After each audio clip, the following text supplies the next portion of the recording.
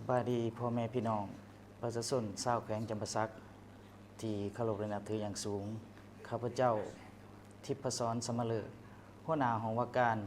สภาประชาชนแขวงสมาชิกสภาประชาชนแขวงสุดที่ 4และเป็นผู้รับสมัครเลือกตั้งเป็นสมาชิกสภาแห่งชาติสุดที่ 10ประจำเขตเลือกตั้งที่ 15แขวงจำปาสักพร้อมเดียวกันนี้นับเบอร์สมัครก็ถือเบอร์ที่ 15เช่นเดียวกันและก่อนอื่นหมดข้าพเจ้าขอแสดงความรู้บุญคุณต่อการจัดตั้งพรรครัฐที่ได้ให้โอกาสข้าพเจ้าในการลงสมัครรับเป็นสมาชิกสภาแห่งชาติสุดที่ 10ในครั้งนี้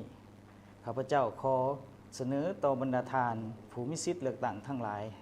ว่าหากข้าพเจ้าได้รับการสนับสนุนจากบรรดาทานให้ได้รับเป็นสมาชิกสภาแห่งชาติแล้วข้าพเจ้าขอให้คำมั่นสัญญาว่าจะสุมทุกสติปัญญาความรู้ความสามารถของตนในการปฏิบัติหน้าที่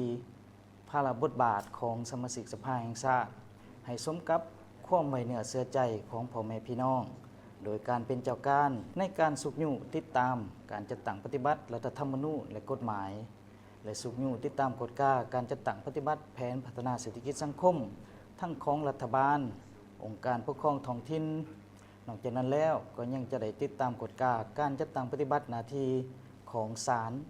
ประชาชนองค์การอัยการประชาชนในฐานะที่เป็นตัวแทนแห่งสิทธิผลประโยชน์ของประชาชนลาวบรรดาเผ่าบ่ร่วมเว้าเฉพาะก็คือแขวงจำปาสัก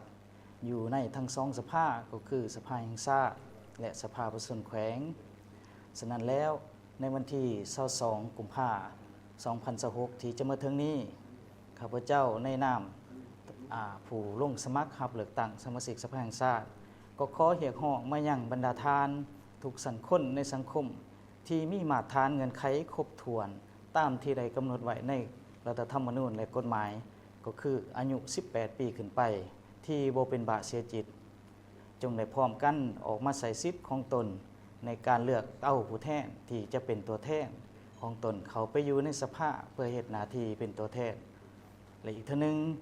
ก็ขออย่าลืมว่าข้าพเจ้าในนามผู้สมัครเบอร์ที่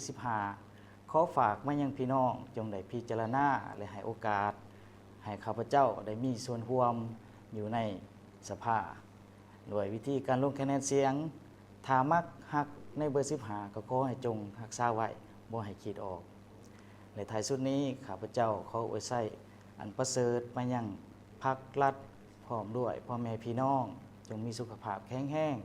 มีความสุขความเจริญก้าวหน้าในชีวิตส่วนตัวครอบครัวและมีความก้าวหน้าในหน้าที่การงานมีอายุมั่นขวัญยืนขอขอบใจ